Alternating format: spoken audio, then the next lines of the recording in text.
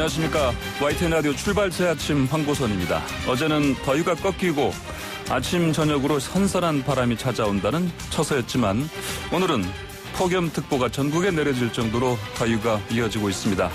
하지만 출발 새 아침과 함께 하시는 여러분은 상쾌한 아침을 맞으실 수 있도록 시원한 정치사이다 양향자 더불어민주당 의원과 박수영 미래통합당 의원과 정치현안 가지고 이야기 나눠보겠습니다. 그리고 사회적 거리 두기 강화로 무상급식 밥포도 운영이 중단돼 굶주리고 있는 사람이 생겨난 소식도 최일도 목사와 연결해서 알아보고요. 코로나19 확산세로 사회적 거리 두기 3단계가 시행된 지자체들도 늘어가고 있는 상황인데 확산세를 어떻게 잡을 수 있을지 전병률 치과의학 전문대학원 교수와 이야기 나눠보겠습니다. 맛있는 아침 한상 차려주는 박준호 푸드칼럼니스트의 여름철 과일 보관 꿀팁까지 준비되어 있습니다. 2020년 8월 24일 월요일 YTN 라디오 출발 새 아침 힘차게 출발합니다.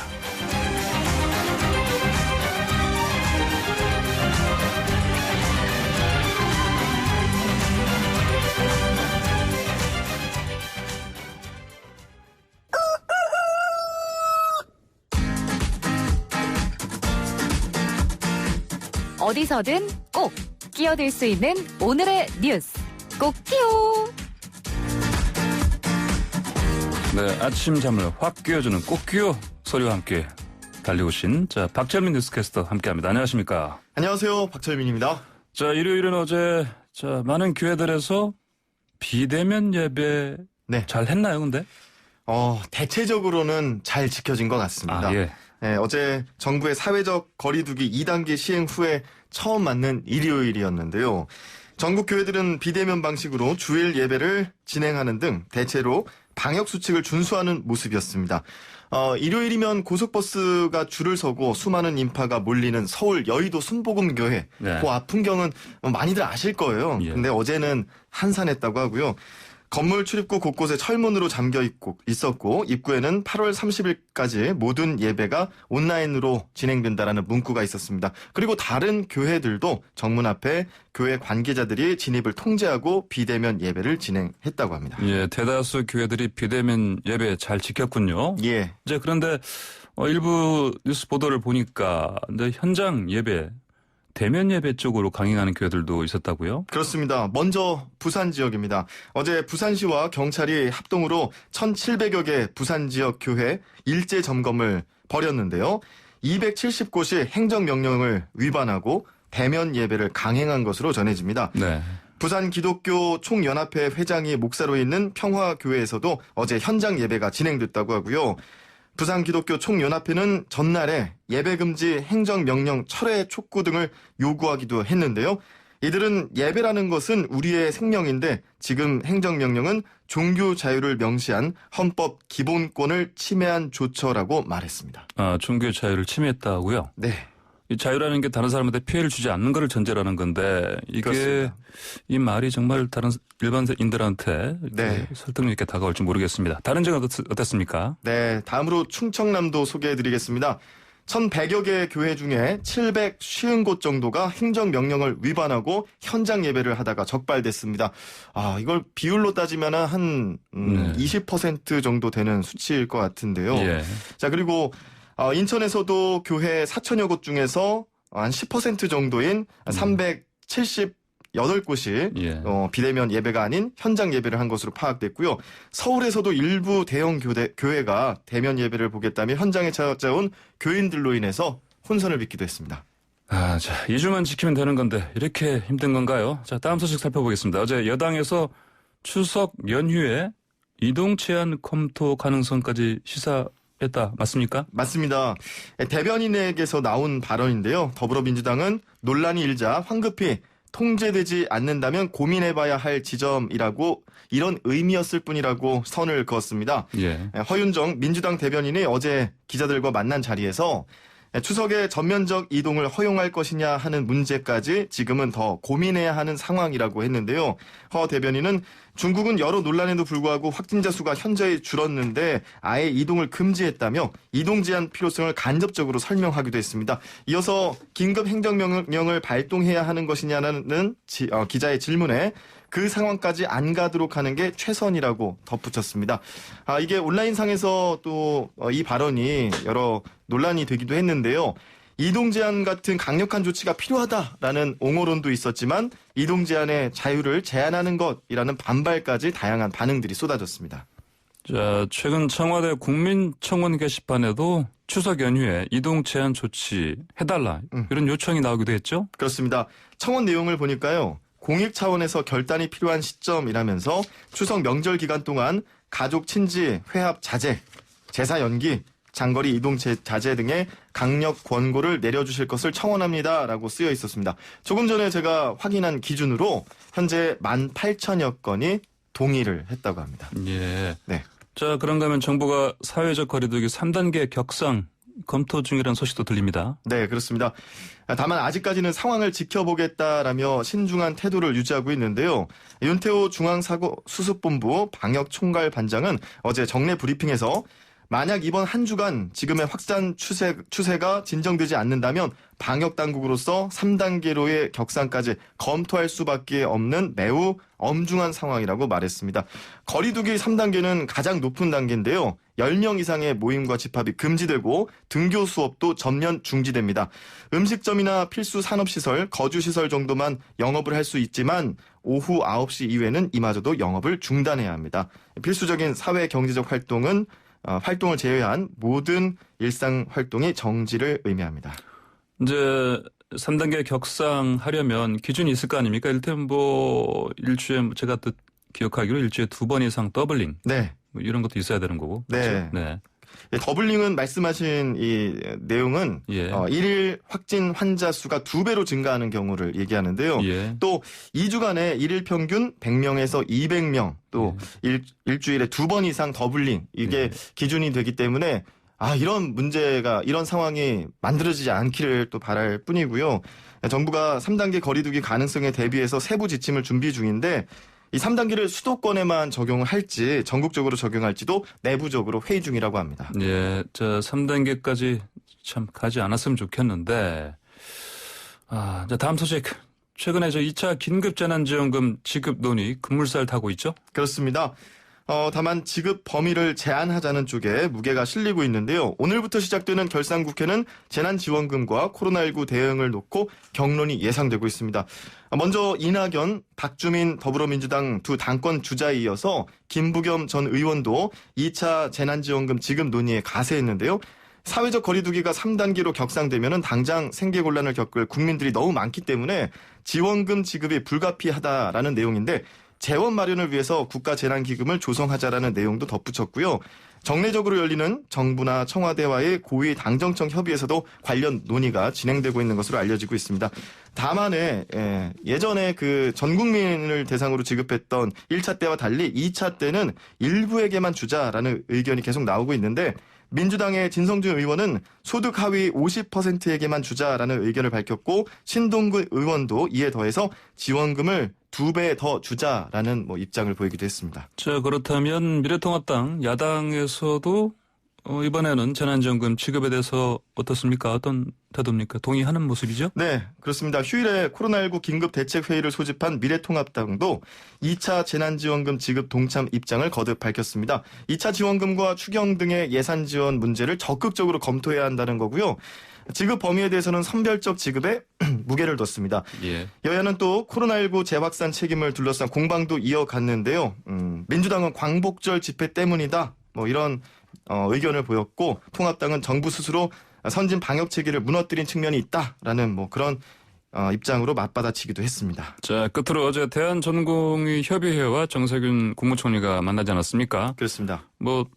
긍정적인 결과 좀 나왔죠? 네, 합의문이 나왔는데요. 어제 면담이 어제 오후 8시 30분부터 11시까지 정부 서울청사에서 열렸는데 합의문에는 정부가 대한전공의협의회를 포함한 의료계와 진정성 있는 논의를 시작했다라고 밝혔고요. 이를 계기로 엄중한 코로나19 시국을 고려해 전공의들은 코로나19 대응을 위한 진료에 적극 참여한다는 내용을 여기에 집어넣었습니다. 예. 하지만 이 합의 내용이 이제 즉각적인 뭐 파업 철회라든지 현장 복귀를 의미하는 건 아니지 않습니까? 그렇습니다. 전공의 협의회 측은 이번 합의가 단체 행동의 철회를 의미하는 것은 아니다라고 분명히 뜻을 밝혔고요. 정부는 오늘 오후 또 다른 단체죠. 의사협회와 면담을 할 예정입니다. 예. 앞서 의사협 측이 2차 총파업뿐 아니라 정부의 입장에 따라서 3차 총파업도 불사하겠다라고 밝힌 만큼 이번 논의가 참 중요한 논의가 되고 있는데요. 이 쟁점이 4대 의료 정책이죠.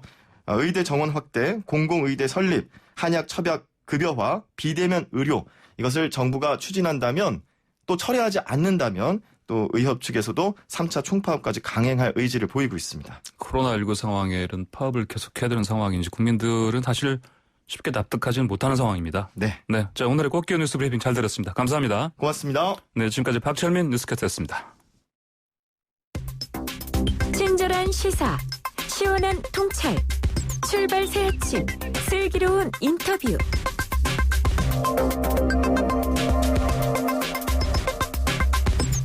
네, 코로나19 확산세가 매우 심각합니다. 자, 이 상황이 이제 정점이 아니라서 더 걱정이고요. 정치권이 이 상황을 어떤 대책으로 준비하고 있는지 들어보겠습니다. 먼저 더불어민주당 양향자 의원 연결되어 있습니다. 양향자 의원님, 안녕하십니까? 네, 안녕하십니까. 원래는 사실 광주 서구 울 양향자입니다. 예. 원래는 제가 아침 저도 새벽에 출근할 때만 해도 양 의원께서 직접 스튜디오 나오시는 거로 돼 있었는데 예. 왜 못 나오셨습니까? 네. 양 의원님도 어제 저도 비간접 이렇게 무슨 직접 접촉은 아니고 비간접 접촉이라고 그래서 저도 검진을 받은 상황입니다. 그래서 자가격리 중입니다. 아, 그러세요? 네, 그럼 네. 언제까지 이렇게 자가격리 하셔야 되는 상황이시죠? 아마 오늘 아침에 어제 받았기 때문에 곧 나오리라고 생각하고 있습니다. 예, 알겠습니다. 자, 그러면 구체적으로 미리 준비한 질문 좀 드리겠습니다. 이낙연 의원도 자가격리를 여전히 하시는 상황이고, 근데 민주당 네네. 전당대회 이대로 잘 치를 수 있을까요? 어떻습니까? 8월 29일이 이제 마지막 저희가 연설대회도 있고 전당대회를 실시하는데요. 예. 비대면 시스템으로 다 갖춰놓고 최소한의 인원만 가지고 진행하는 것으로 하고 있습니다. 그래서 어제도 그 해외 동포들 간에 줌 미팅도 이렇게 비대면으로 하고 화면으로 하고 있습니다. 아, 네, 그러세요. 자, 그렇다면은 지금까지 이 코로나 상황 때문에 이것 때문은 물론 아니겠지만요. 그 상당 부분 이제 전당대회 어떤 흥행의 어떤 면에서는 부진한 게 사실 아닙니까? 예. 근데 그런 상황에서 또 특히 정책적으로도 당내에서 산무 전당대회다 이런 비판이 있습니다. 관심 없다, 논쟁 없다, 비전 없다. 자, 직접 최고위원 후보로 뛰고 계시는 입장에서 어떻게 보십니까? 그런 말씀들이 있으신 건 사실이고요. 예. 근데 그 이유가 얼마 전에 또 호흡 피해 또 지금처럼 코로나19 영향이 워낙 크다 보니까 그런 이야기가 당연히 나오고 저는 또 전당대회를 너무 성대하게 치르지 않는 것이 또 국민들에게는 이게 예의다 이런 생각까지도 들 정도고요. 예, 그렇지만 이제 하지만 저희가 미래 비전을 놓고 또 치열한 토론을 벌여서 그 핵심 지지층 외 일반 국민들의 관심까지 모으고 있는 거냐. 그러면 그렇지 못하다는 것은 좀 분명한 것 같고요. 그래서 제가 이제 경제, 미래, 여성에 대해서 줄곧 이렇게 이야기하고 있는데 후보들 간의 이 뜨거운 쟁점이나 이렇게는 안 하고 있고요, 서로가. 하지만 이제 당원들과 국민들의 반응은 좀 뜨겁고요. 저는 이제 이 코로나19 확산으로 국민 전체 관심을 모으기가 쉽지 않지만, 어쨌든 한 주 남아서, 한 주 남아서 또 갑자기 바뀌는 것도 어렵지만, 새 지도부가 들어선 이후에는 정말 일신하는 모습을 보여야 된다. 이제 그런 부분에 있어서는 모든 후보들이 생각이 일치하고 있고요. 또, 이제, 야당 복 있다는 이런 소리는 이제, 이런 소리 많았었는데, 앞으로는, 좋은 야당이 있어야 또 여당도 긴장하고 서로 국민 신뢰를 얻기 위해 경쟁하는 것이기 때문에 그런 얘기들은 이번 일을 이제 단절의 계기로 삼았으면 좋겠고요. 예. 우리 민주당에서는 단순히 또 의석수로 통합당을 힘으로 이렇게 윽박지르는 게 아닌 압도적인 실력과 또 정책 능력으로 통합당을 끌고 갈 민주당의 메시지의 책임감을 저는 제가 안고 있다고 생각합니다. 예. 결국 지금은 이제 리더십의 변화가 필요한 시점인데요. 네. 어떤 주류라는 책임감으로 선명하게 얘기하는 것보다는 유연함과 또 유능함의 방점을 둬야 되지 않느냐. 네. 그리고 마지막으로 양양자의 순위가 관심이고 논쟁이자 비전이라고 생각합니다. 예. 그 부분 좀 더 상세히 좀 말씀해 주십시오. 예, 민주당이 이제 민주당이 경제 유능한 정당임을 증명해야 하고요. 예. 또 여성이 당당한 정당임을 선포해야 되고 또 집권 능력과 전략을 가진 정당이라고 보여주는 지표가 바로 제 순위가 아닌가 싶습니다. 왜냐하면 여성은 한 명 됐기 때문에 무조건 5위 안에 든다라는 그런 인식 때문에 찍지 않을 가능성이 높습니다. 예. 그렇지만 저의 순위가 민주당의 내일이다. 저는 그렇게 네. 얘기를 하고 있고요. 예, 저의 메신저의 또 위치가 메시지의 크기이기 때문에 네. 이런 순위가 정말 관심이 되고 있는 것 같습니다. 네.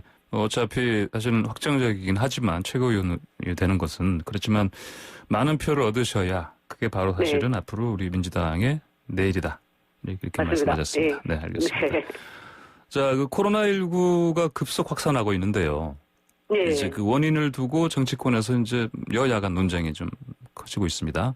물론 여권에서는 이번 확산 원인이 전광훈 목사 그리고 8.15 광화문 집회라고 사실은 비난하고 있고요. 근데 야권에서는 오히려 정부 책임이 크다 이런 또 입장을 보이고 있습니다. 이 상황 어떻게 보십니까?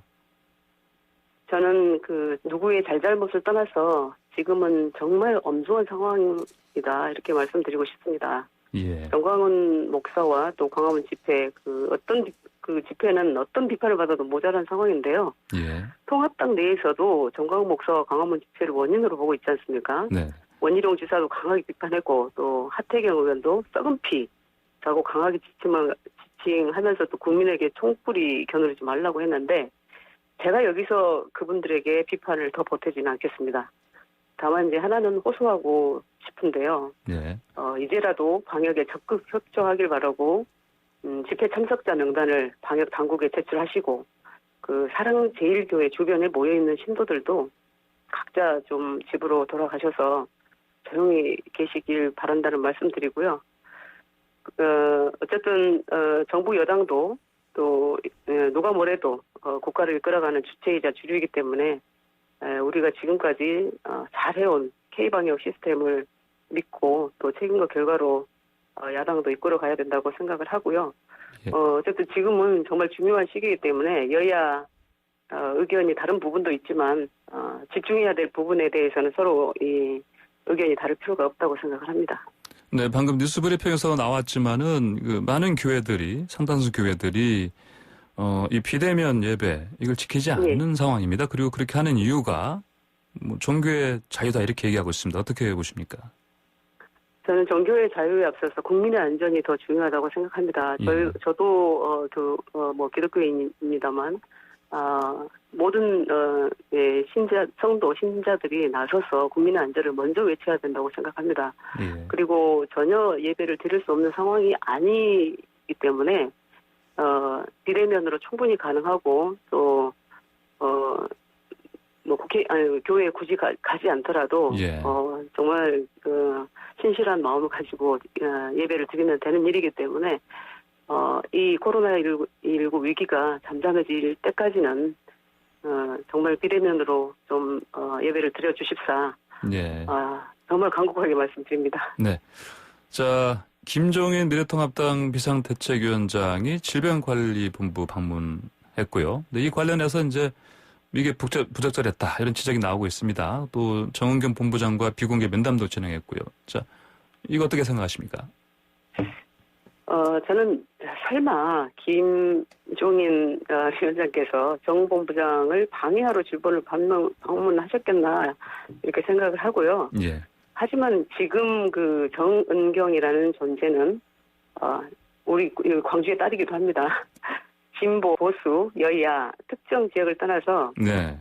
그야말로 대한민국 국민 모두가 신뢰하고 기대하고 있는 존재입니다. 그래서 정부나 여당에서도 정보부장에 대해서는 달리 이제 배려하고 있는데요. 사실 이제 정은경 본부장이 업무를 하는데 방해가 되지 않게 여야가 함께 일정 조율하고 또 의제도 함께 설정해서 비공개 형태로 갔더라면 이런 논란은 없지 않았을까 네. 하는 생각이 들고 또 코로나19 극복 앞에 여야가 없는데 이런 논란이 되는 게 이제 하필 코로나19 위기가 다시 고조되는 시기에 이런 이제 정은경 본부장과 사진 찍거나 하는 식의 그 홍보성으로 느껴진 측면이 좀 아쉽다는 생각은 듭니다.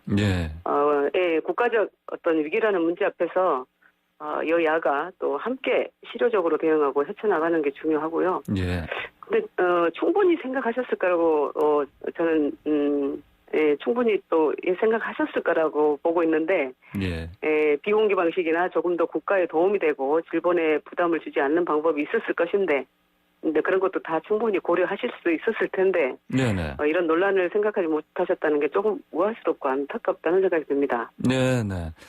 방금 정은경 본부장 광주의 딸이라고 말씀하셨는데 무슨 말씀입니까 이게? 광주 출신입니다. 제가 광주 출신이기 때문에 더 이렇게 응원을 더 많이 보내고 있는 상황입니다. 그렇습니까? 알겠습니다. 자, 또 이 김정은 위원장 관련해서 또 질문 드릴 게 있습니다. 뭐 최근에 광주 5.18 국립묘지에서 무릎 꿇고 사과를 했습니다. 또 통합당의 비례대표 당선 순위권에 호남 인사를 배정하는 방안도 발표했습니다. 통합당의 이른바 호남 끌어안기 이게 어떤 성과를 가져올 거라 보십니까? 어떻습니까? 저는 우선 진심이라면은 매우 환영할 일이다, 좋은 일이다. 또 호남에서 또 기대하고 있다라는 말씀을 드리고 있고요. 근데 이제 이런 말씀을 좀 드리고 싶어요. 이렇게 기대감을 줘놓고 도로 이전처럼 돌아간다면 기대감을 안 주는 일만 못할 거다. 특히 호남에서는 이게 다소 의심의 눈초리로 보고 있기도 하는 것이 사실이거든요. 이제 만약에 그렇게 된다면은 호남의 실망감과 분노는 누구도 또 짐작하지 못할 것이고요. 그렇기 때문에 이제 통합당이 좀 엄중하고 두려움을 가지셔야 한다고 조언드리고 싶고, 저는 이제 지키지 못할 것은 그냥 말을 안 하시는 게 어떨까 싶은데, 다만 이제 지금 무엇보다 진정성이 중요하기 때문에 그 무릎까지 꿇고 정책 강령까지 바꾼 마당에 적어도 최소한 광주 5.18 정신을 헌법 전문에 담지 못할 이유가 없다. 이런 식의 더 큰 진전이 있어야 호남에서도 유의미한 변화가 있을 것이라고 봅니다. 그리고 호남민들의 남다른 또 정치 수준을 고려하면 보여주기식으로 멈추면 절대 안 된다. 이렇게 말씀드리고 싶습니다. 네, 김정은 위원장의 그 사과, 이게 진정성이 있다고 보십니까? 어떻습니까? 저는 진정성 있다라고 보고 싶고요. 보고 있고요. 다만 이제 이 후에 어떤 식의 더 노력이 나오는지 또 진정성이 있으려면 말씀드렸던 사실은 헌법대 개정위원회를 만들자라고 제가 제안한 것처럼 정말 진정성이 있다면 바로 논의를 시작을 해야 된다고 생각합니다. 알겠습니다. 자, 코로나19 확산세 이게 커지면서 정치권에서 이제 2차 긴급재난지원금 지금 논의가 지금 전개되고 있습니다. 이거 필요하다고 보시죠? 어떻습니까? 네, 근데 이제 정말 어려운 문제이고요. 긴급재난지원금이 또 필요하다는 쪽이 있고 또 앞으로 어떻게 될지 모르는데 아직은 성급하다는 쪽이 있지 않습니까? 그래도 이제 필요하다는 쪽은 지금 거리두기 3단계를 내다보고 있는 상황에서 민생 타격이 불을 보듯 뻔하다는 이유일 것이고 또 성급하다는 쪽은 재정 건전성 등의 이유인데 더 심각한 것은요. 지금 기업의 적신호가 켜지고 있다는 것이죠.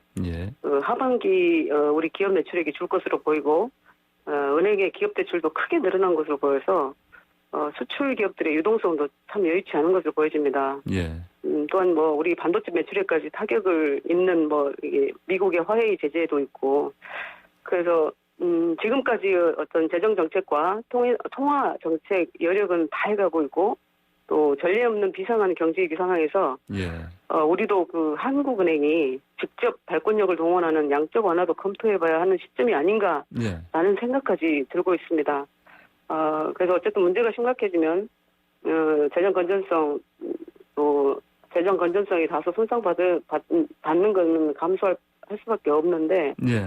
2차 대유행의 초입이라고 보는 전문가들이 많기 때문에 좀 더 신중해야 된다고 생각을 하고요. 예. 정은경 본부장도 현 상황이 또 정점이 아니라고 밝혔습니다. 네. 바라지 않는 시나리오이지만 더 심각해질 수도 있다는 이야기이기 때문에 재난지원금을 쓰지 말자 이것이 아니라 조금 더 신중하게 좀 보자. 네네. 이럴 필요는 있다고 생각합니다. 예. 근데 이제 지난번에는 전 국민 100%를 지급했는데 이번에는 이제 여야가 전반적으로는 2차 긴급재난지원금 지급하자는 데는 뜻이 모아지고 있는 것 같습니다. 추세가. 네네. 그런데 네, 이번에는 이제 100%가 아니고 선별적으로 주자. 이게 대세 아닙니까? 어떻게 보십니까? 이제 재정 여력이 있고 필요하다면 신속하게 해야 되는 것도 맞는데요. 예. 이제 하지만 이번만큼은 그 대상에 있어서 정말 필요한 분들로 한정을 지어야 되지 않나. 네네. 그래서 기준점 마련이 가장 중요한 일인 것 같습니다. 네. 네. 네, 양인자 의원께서도 이번에는 선별적으로 기준점을 네. 잘 잡아서 지급하는 게 맞다. 이런 의견이십니다. 네, 네. 알겠습니다. 자, 오늘 말씀 잘 들었습니다. 감사합니다. 네, 고맙습니다. 네, 지금까지 더불어민주당의 양향자 의원이었습니다. 네, YTN 라디오 출발 새 아침 1부 순서는 여기서 마치고요. 잠시 후 2부로 돌아오겠습니다. 친절한 시사, 시원한 통찰, 출발 새 아침. 네, 코로나19 재확산에 따른 2차 긴급재난지원금 논의가 정치권에서 활발하게 진행되고 있습니다. 전 국민에게 주자, 선별 지급하자, 이 방법론에 대해서도 서로 다른 입장을 보이고 있습니다. 야권의 목소리 이번에 들어보겠습니다. 미래통합당 박수영 의원 연결되어 있습니다. 의원님 안녕하십니까? 네, 안녕하세요. 박수현입니다. 네, 원래 사실은 이 스튜디오에서 같이 양 의원과 토론을 했어야 되는데 그렇더라도 예, 전화로 그렇더라도 예, 양 계속 의원님 괜찮으시기를 기도하고 있겠습니다. 예, 알겠습니다. 자, 말씀하신 대로 양 의원께서는 코로나19 검사 받으셨는데 박 의원님 어떻습니까? 지금 뭐 저는 아직 그런 의심 증상이나 확진자와 만난 적이 없습니다. 예, 다행입니다. 네. 자, 방금 들으신 대로 뭐 어떻게 뭐 선별 지급인가 뭐 다 지급인가 이런 논란인데 그 앞서 가지고 네네. 코로나19 재확산 원인 두고 이제 여야 정치권에서 뭐 원인이 이렇다 저렇다 의견이 다릅니다. 뭐 물론 여권에서는 이번 확산 원인을 정관원 목사 8.15 광화문 집회로 보고 있고요. 근데 야권에서는 오히려 그 전에 정부의 책임이 크다 이런 입장도 보이고 있습니다. 박승현 의원께서는 어떻게 보십니까? 글쎄 코로나와 같은 그 국가적 위기 상황에서는 여야도 따로 없고 보수 진보도 따로 없어야 된다고 생각합니다. 네. 그래서 광화문 집회 바람직하지 않았다 이렇게 생각을 하고요. 네. 마찬가지로 전광훈 목사님 그 광화문 집회도 있었지만은 그 동일한 시간에 비슷한 장소에서 민노총 집회도 있었거든요. 네. 그래서 민노총도 검사를 받아야 되고 또 똑같은 비난을 전광훈 목사님과 똑같은 비난을 받아야 되는데 한쪽만 공격하는 것은 타당하지 않다고 생각을 하고요. 네.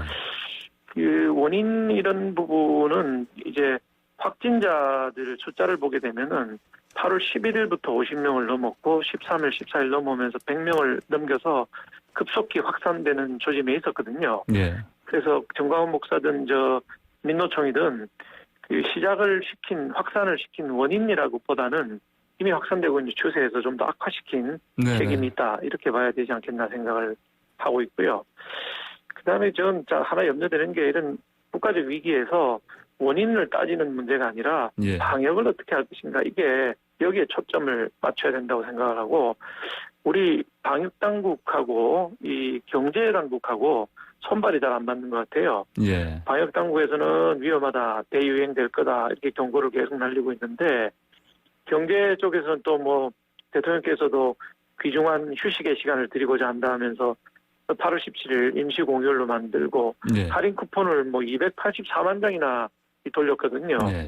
그래서 경제를 부활시키겠다고 하셨는데 이게 방역 당국하고는 영 손이 맞지 않는 이런 문제가 있었던 걸로 보여지고 있습니다. 예.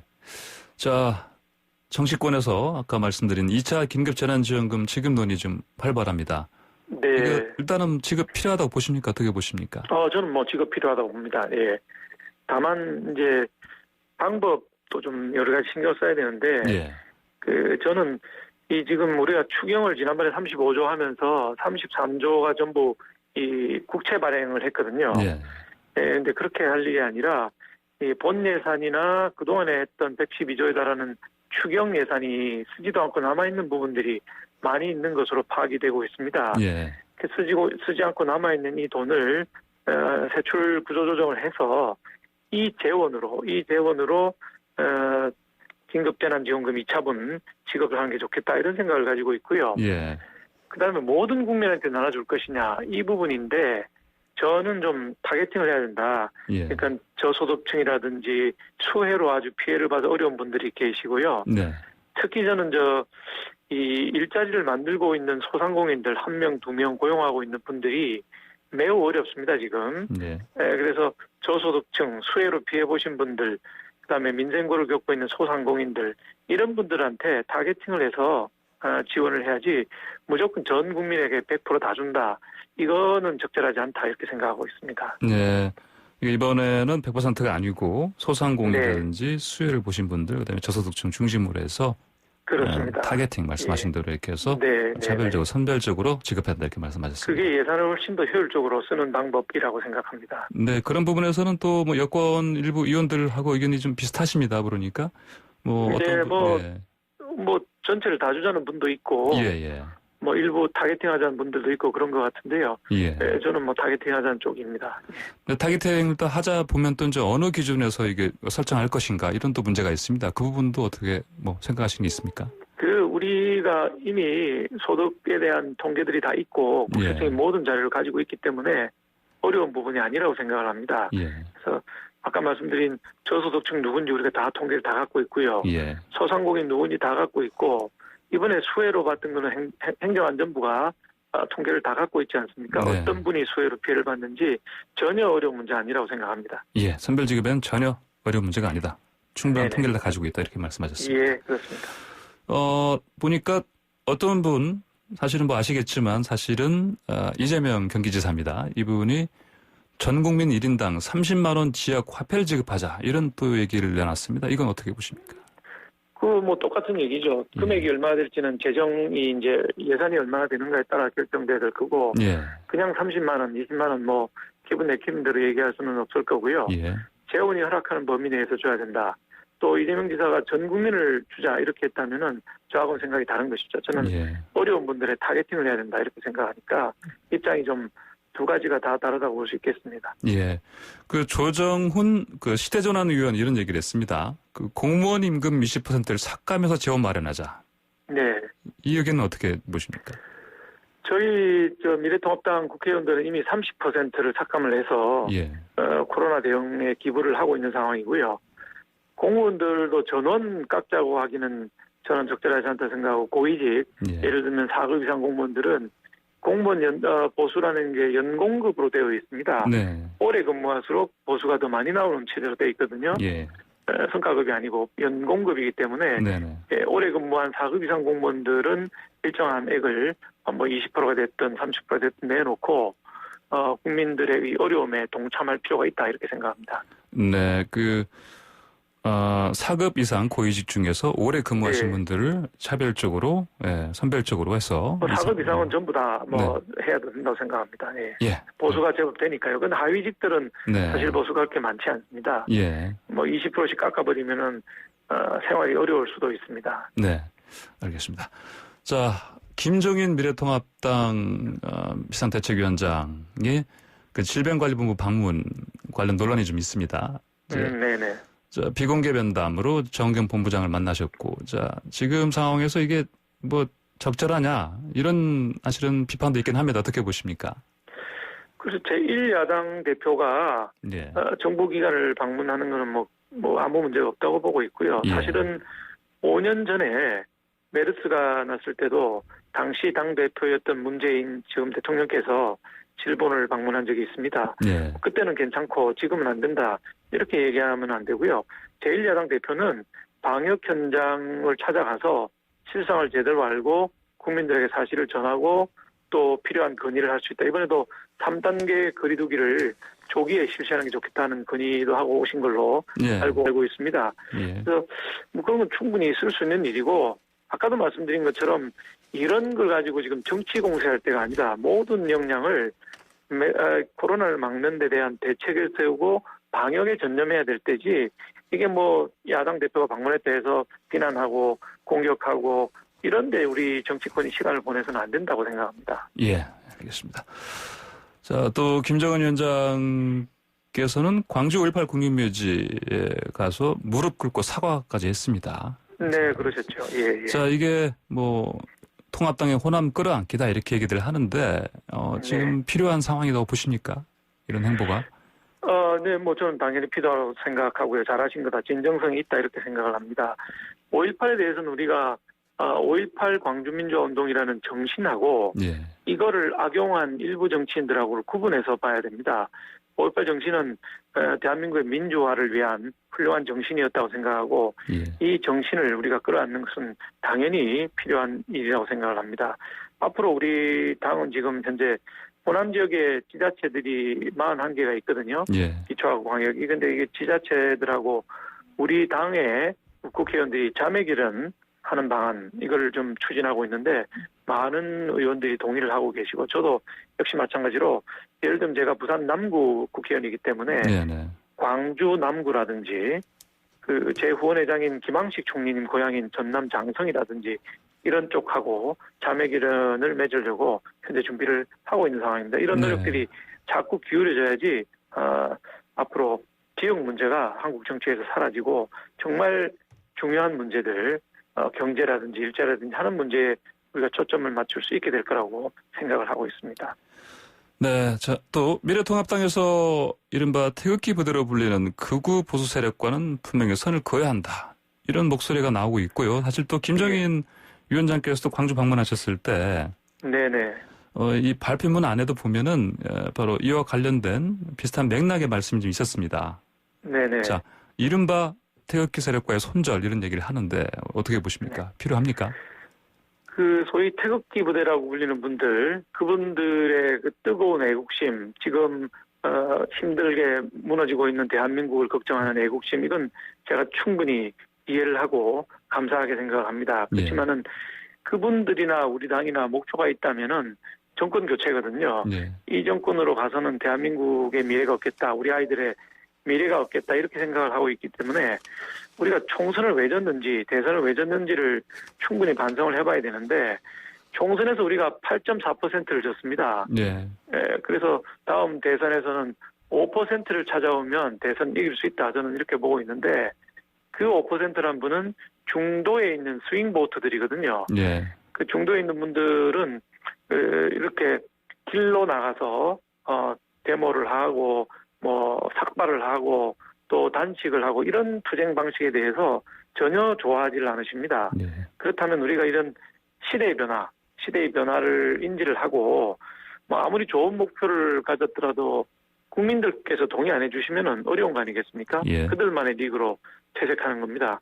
그에 반해서 지금 저희 당이 취하고 있는 입장은 원내에서 꾸준히 또박또박 상임이든 법사이든 본회의든 뭐 목소리를 내고 있는 것입니다. 뭐 윤희숙 의원이나 제가 5분 발언했던 것들이 유튜브상에서 크게 호평을 받은 거 아시죠? 바로 그런 목소리들을 또박또박 내고 우리가 할 말 다 하고 진지하게 나아가게 되면 저는 태극기 부대라는 분들도 우리 당의 방식에 따라오리라고 그렇게 생각을 하고 있습니다. 목표가 같기 때문에 충분히 함께 할 수 있을 거라고 생각을 하고 있습니다. 네, 좀 약간 주제를 좀 바꿔보겠습니다. 네네. 네, 박수영 의원께서 지난 총선이 역대 최악의 총선 관리였다. 네네. 그래서 이 책임을 지고 뭐 선관위원장 사퇴해야 된다 이런 요구하신 걸로 제가 알고 있습니다. 예, 그렇습니다. 이게 왜 역대 최악으로 보시는 건지 선거 관련 언론에서 다 아시겠지만 워낙 보도도 많았지만 선거 관련 끝나고 나면 소송이 있게 됩니다. 지난번 4년 전에 20대 총선에서는 단 12건의 소송이 있었는데 네. 이번엔 125건, 10배 이상의 소송이 제기가 됐습니다. 네. 그 무슨 얘기냐? 선거 관리가 제대로 안 돼서 불만을 가진 사람들, 만족하지 못하는 분들이 많다는 것이고요. 부정선거까지는 안 가더라도 부실선거의 징후는 군데군데서 우리가 많이 보고 있지 않습니까? 네. 그래서 이 부실선거를 관리하신 분이 선관위원장 계속하는 것은 마땅치 않고 또 선관위원장은 역대 대법관이 했거든요. 네. 근데 이제 지금 현재 중앙선관위원장께서 9월 7일이면 대법관 임기가 만료가 됩니다. 네. 네. 대법관이란 직위가 가지는 정치적인 중립성, 이것 때문에 그분을 뽑은 것이지 자연인으로서의 권순일 대법관을 뽑은 건 아니기 때문에 네. 마땅히 대법관 임기가 만료가 되면 본인이 스스로 사퇴하셔야 된다고 생각을 합니다. 이거 대법관에서 물러나게 되면 기본적으로 자연인이기 때문에 네네. 다른 어떤 외부의 어떤 영향을 받기 쉽다 이런 말씀이신 거죠? 물론입니다. 그동안에 또 18명의 대법관이 있었는데 네. 100% 모두 대법관이었습니다. 네. 대법관을 그만두면 또 사퇴를 하셨고요. 이번에만 예외를 두자는 걸 이해할 수가 없습니다. 네, 알겠습니다. 자, 오늘 말씀 잘 들었습니다. 감사합니다. 네, 감사합니다. 네, 미래통합당의 박수영 의원이었습니다. 네, FM 94.5MHz YTN 라디오 출발 새 아침 2부 순서는 여기서 마칩니다. 잠시 후 3부에서는 집합 금지 명령으로 인해 무상급식 밥퍼도 금지되면서 굶주림 위기에 놓인 취약계층에 대해서 최일도 목사와 이야기 나눠보고요. 사회적 거리두기 3단계 격상이 목전에 온 현 상황에 대해서 전병률 전 질병관리본부장의 이야기 들어보겠습니다. 짧게 뉴스 들으시고요. 저는 8시 정각에 돌아오겠습니다.